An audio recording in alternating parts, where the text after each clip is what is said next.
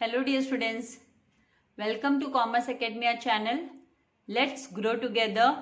तो dear students, आज के इस वीडियो में मैं आप लोगों को बहुत ही इंपॉर्टेंट सब्जेक्ट की जानकारी देने वाली हूं। तो ये बताने से पहले मैं आपसे रिक्वेस्ट करूंगी कि अगर अभी तक आपने चैनल को सब्सक्राइब नहीं किया है, आप चैनल पर नए हो, सब्सक्राइब नहीं किया है, तो चैनल को सब्सक्राइब कर बेल आइकन बटन को प्रेस कीजिए। ये चैनल पे जितने भी कंटेंट वीडियोस अवेलेबल है और आगे फ्यूचर में भी जो भी आपको लेक्चर वीडियोस अवेलेबल कराए जाएंगे वो 100% फ्री रहने वाले हैं। आपको उसके लिए कोई भी मिनिमल चार्जेस भी नहीं देने हैं, इसलिए no need to worry. Just आपको चैनल को सब्सक्राइब कर बेल आइकन बटन को प्रेस करना है। आपका कंट्रीब्यूशन चैनल की ग्रोथ के लिए बहुत ही इंपॉर्टेंट है। तो यहाँ पर आज जो हम सबसे इम्पॉर्टेंट सब्जेक्ट की, जो कॉमर्स का one of the best interesting and important subject है, उसके जो चैप्टर वेटेज है बोर्ड की तरफ से क्या दिए गए हैं उसी के बारे में हम जानने वाले हैं। तो यहाँ पर बुक कीपिंग एंड अकाउंटेंसी, जैसे हम सभी जानते हैं, one of the important subject है। तो यहाँ अकाउंटेंसी जो है वो उसकी अपनी एक लैंग्वेज है, एक टर्मिनोलॉजीज है जो हम यूज कर रहे हैं यहाँ पे। तो ये यूनिवर्सली एक्सेप्टेड लैंग्वेज, बिजनेस की लैंग्वेज है। अकाउंटेंसी मतलब क्या, अकाउंटिंग मतलब क्या, यूनिवर्सली जो भाषा, बिजनेस की भाषा है ये, जिसे यूनिवर्सली एक्सेप्टेंस मिला हुआ है। जैसे आप लोगों ने इंग्लिश के ग्रामर, मराठी के ग्रामर हो, हिंदी ग्रामर हो, एंड साइंस के जो प्रिंसिपल्स है, लॉ है, तो उनको कैसे यूनिवर्सल एक्सेप्टेंस मिला हुआ है, रिसीव हुआ हुआ है। सेम वे में अकाउंटिंग, ये जो बिजनेस की भाषा है, लैंग्वेज है, इसको भी यूनिवर्सली एक्सेप्टेंस मिला हुआ है। इसमें जो भी लॉ, जो भी हम यहाँ पर एंट्रीज फ्रेम करना सीखते हैं, जो फॉर्मूलाज हम यूज करते हैं, तो वो सारे के सारे all over the world accepted है। तो बहुत ही इंपॉर्टेंट सब्जेक्ट है आप लोगों के लिए, एंड स्कोरिंग भी है, इजी भी है। जस्ट इसकी रिक्वायरमेंट क्या है कि आपको रेगुलर प्रैक्टिस करते रहना है। अकाउंट्स को आपको रेगुलर प्रैक्टिस रखना है। चैप्टर्स जो आपने एक बार जो चैप्टर ले लिया हाथ में, तो उसको कंप्लीट करना है, उसकी थरो स्टडी करनी है।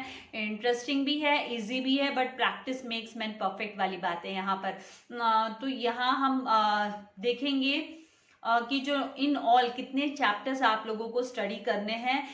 बोर्ड एग्जाम के लिए आपको प्रिपरेशन करनी है, आगे फ्यूचर में आपको अपना करियर बनाना है, कॉमर्स फील्ड में आपको प्रोफेशनल कोर्सेज करने हैं, तो आप लोगों को अकाउंट सीखना बहुत जरूरी है।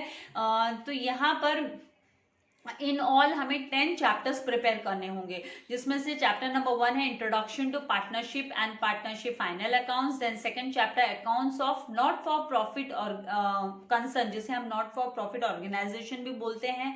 And third chapter reconstitution of partnership, that is admission of partner, नया पार्टनर जब एडमिट होता है, बिजनेस में आता है। And then fourth chapter reconstitution of partnership, that is retirement of partner, जब बिजनेस से कोई पार्टनर रिटायर हो जाता है तो उस समय पर हमें कौन से फॉर्मेलिटीज कवर अप करनी होती है, बिजनेस में कैसे बुक्स ऑफ अकाउंट्स को मेंटेन करना होता है, एंड जो रिटायर्ड पार्टनर है उसको उसका बेनिफिट कैसे देना, ये सब हम इस चैप्टर में सीखते हैं। Then chapter number 5 reconstitution of partnership, जिसमें कि डेथ ऑफ पार्टनर, जब किसी पार्टनर की डेथ हो जाती है, वो एक्सपायर हो जाता है, तो वो उस कंडीशन में किस तरीके के ट्रांजेक्शन हमें कवर अप करने पड़ते हैं, क्योंकि बुक्स ऑफ अकाउंट्स को हमें नए सिरे से शुरू करने होते हैं। बिजनेस बंद नहीं होता है, यहाँ पे पार्टनर चला जाता है तो उसका जो भी बेनिफिट वगैरह है वो उसके लीगल हेयर को जो देना होता है, तो किस तरीके से। तो ये जो retirement of partner and death of partner है, ये सिमिलर काइंड के चैप्टर्स ही है, इनके जो एंट्रीज है वो सिमिलर टाइप के ही है। तो ये जो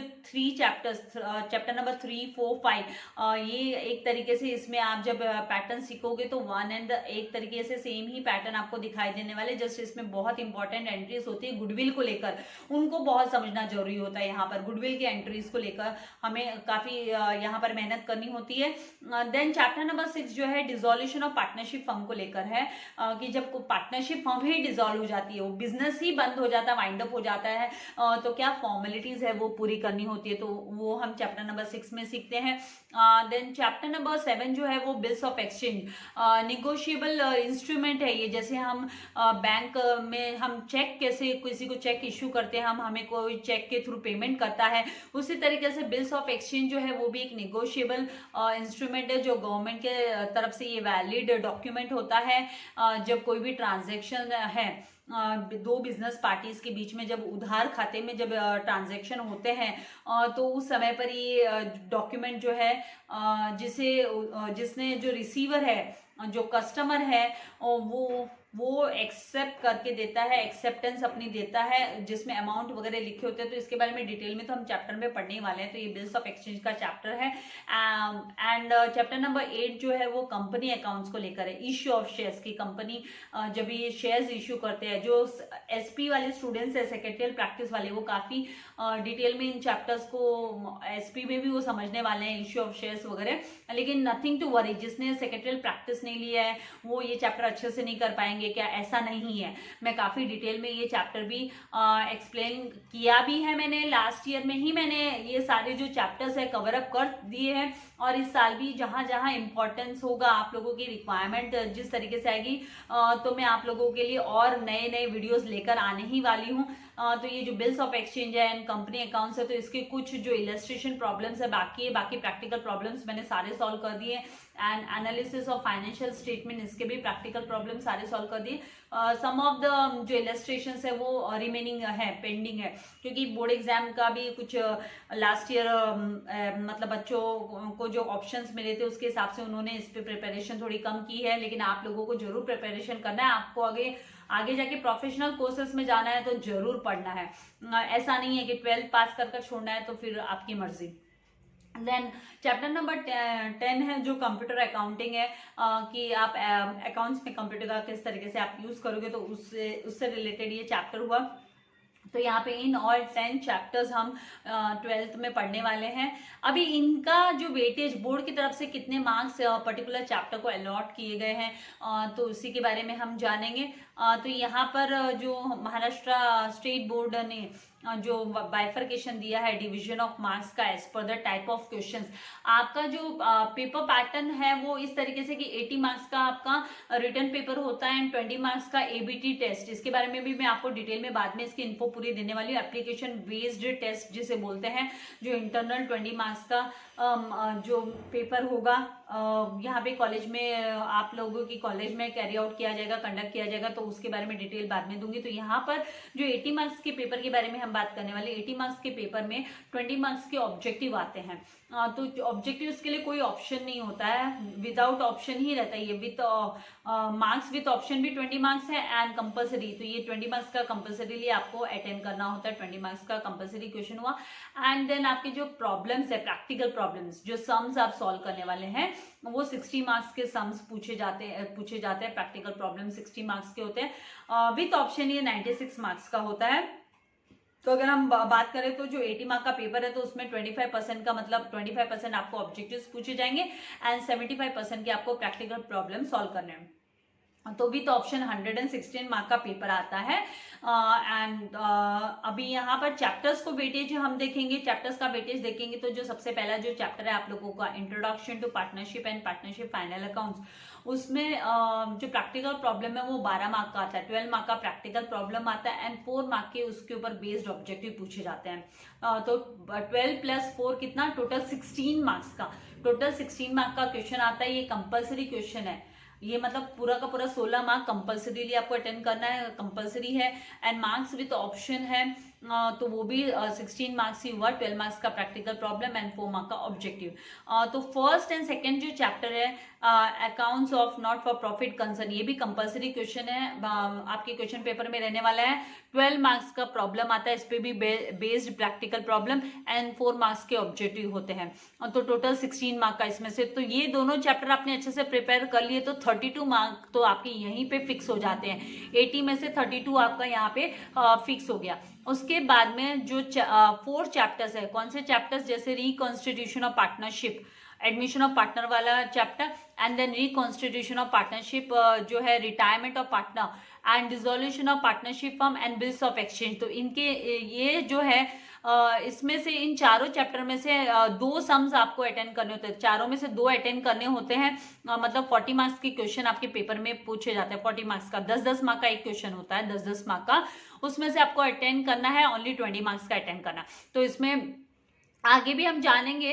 यहाँ पर ये admission of partner and retirement of partner में से एक सम आपको करना होता है, इनमें से एक सम आपको चूज करना होता है। Dissolution of partnership firm and bills of exchange में से एक सम आपको अटेंड करना होता है। तो ये ऑप्शन आपको मिलता है, इन दोनों के बीच में ऑप्शन है, यहाँ पर इन दोनों के बीच में ऑप्शन होता है। आगे फिर हम आप लोगों को इनके बारे में काफी डिटेल मिलेगी, लेकिन ये चारों भी चैप्टर जो है वो 10-10 मार्क के इनमें से क्वेश्चन पूछे जाते हैं।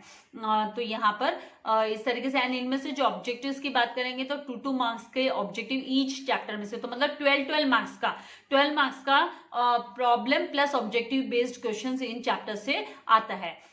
देन 7th जो चैप्टर है, चैप्टर यहाँ पे 7th यूनिट की बात करते हैं, यहाँ पे रिकॉन्स्टिट्यूशन ऑफ पार्टनरशिप फर्म, जिसमें से death of partner and company accounts, issue of shares and analysis of financial statements and computer in accounting। तो इन चारों चैप्टर पे बेस्ड 32 मार्क्स विथ ऑप्शन बोले तो 32 मार्क्स के क्वेश्चन पूछे जाते हैं। तो यहाँ पर आप लोगों को जो अटेंड करना होता है 16 मार्क्स का, मतलब 8 मार्क्स का एक प्रैक्टिकल प्रॉब्लम होता है, 8 मार्क्स का आपको अटेंड करना होता है, 8 मार्क का, तो 2 आपको अटेंड करने होते हैं। तो यहाँ पर जो है इसका इनमें से कौन सा, जैसे रिकॉन्स्टिट्यूशन ऑफ पार्टनरशिप जो है, death of partner and company accounts, issue of shares, इन दोनों में से एक आप लोगों को अटेंड करना होता है। तो यहाँ पर अभी फिर इसमें शायद थोड़ा चेंजेस हो सकता है, क्योंकि यहाँ पे इनमें कौन से चैप्टर के साथ कौन सा ऑप्शन में दिया जाएगा, तो उसके लिए हम आगे जब अपडेट आएगी तो आप लोगों के साथ मैं जरूर डिटेल शेयर करूंगी। तो आप ऐसे मान लीजिए इनमें से 9 मार्क्स का ईच चैप्टर में से पूछा जाता है। तो टोटल जो है आपका विदाउट ऑप्शन 80 मार्क का पेपर होता है, एंड मार्क्स विद ऑप्शन जो है 116 मार्क्स का होता है। तो प्रैक्टिकल प्रॉब्लम जैसे मैंने कहा 96 मार्क के प्रैक्टिकल प्रॉब्लम पूछे जाते हैं, तो उसमें से आप 60 मार्क्स का अटेंड करते हो, एंड जो ऑब्जेक्टिव है वो तो कंपल्सरीली आपको 20 मार्क्स का है, वो 20 मार्क्स का ऑब्जेक्टिव आपको अटेंड करना होता है। तो आप अभी से अपनी कमर कस लीजिए और अपने मेहनत में लग जाइए। आपको ये नहीं देखना है भाई क्या होगा, एग्जाम्स का क्या होगा, 11th हम ऐसे ही पास हो गए हैं, जो टीचर्स ने प्रॉपर एग्जाम्स लिए नहीं ली है, तो क्या 12th में भी ऐसे ही हो जाएगा। Don't go for all this, क्योंकि ये सब आपके फायदे की चीजें नहीं है। आपको अपना फोकस अपनी मेहनत पर लगाए रखना, आगे ऊपर वाले की इच्छा, भगवान की इच्छा की ये सारी सिचुएशन कंट्रोल में आने के पूरे तो चांसेस है ही, बिकॉज वैक्सीन का काम है वो जोरों से चालू है। सबको जब वैक्सीन लग जाएंगे तो सब नॉर्मल हो ही जाने वाला है। तो अपना समय मत गवाइए, क्योंकि ये गलती आप लोगों को नहीं करनी है। आपका करियर है, आपका भविष्य है, आपके हाथों में है, आपको दूसरों के हाथों में नहीं देना है, वो अपने हाथों में है। इसीलिए मेहनत अपनी जारी रखिए। और जो इनके सम्स है, प्रैक्टिकल प्रॉब्लम सारे मैंने लगाए हुए हैं, चैप्टर्स के प्रैक्टिकल प्रॉब्लम, एंड आपके डाउट क्लियरेंस वाले लेक्चर्स मैं जरूर लूंगी, लेकिन वो आपके मेहनत के ऊपर डिपेंड करेंगे ना। डाउट जब होगा आप लोगों को जब आप मेहनत करोगे और फिर मुझे कमेंट बॉक्स में आप अपने डाउट्स लिखोगे, तो वीकली डाउट क्लियरेंस के वीडियोस भी आप लोगों के लिए आते रहेंगे, लेकिन ये आपकी मेहनत पे डिपेंड करेगा। तो चैप्टर नंबर 1 से शुरू कीजिए, क्योंकि सोल प्रोप्राइटर जो 11th स्टैंडर्ड में आप लोगों ने जो प्रोप्राइटर वाला फाइनल अकाउंट किया है, तो उसी के जैसे ये पार्टनरशिप फाइनल अकाउंट है। एंड देन हम नॉट फॉर प्रॉफिट कंसर्न आपको सेकंड चैप्टर पिकअप कर लेना है, या फिर आपके कॉलेज में किस तरीके से चल रहा है। हो सकता है आपके कॉलेज में एडमिशन ऑफ पार्टनर पहले पिकअप किया हो, टीचर्स ने आपको कराना शुरू किया हो। No worry, nothing to worry, हर एक प्रॉब्लम का सॉल्यूशन आपको यहाँ पर मिलने वाला है, लेकिन आपको मेहनत करनी है।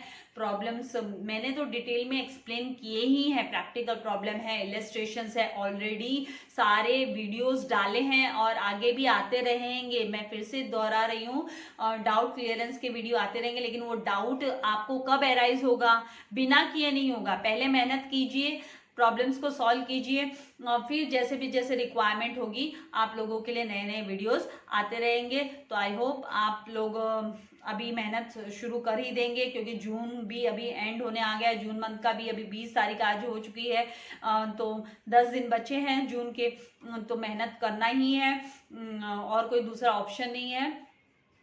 वीडियो को लाइक करना एंड शेयर करना नहीं भूलना है। Stay blessed and healthy forever. Thank you very much dear students.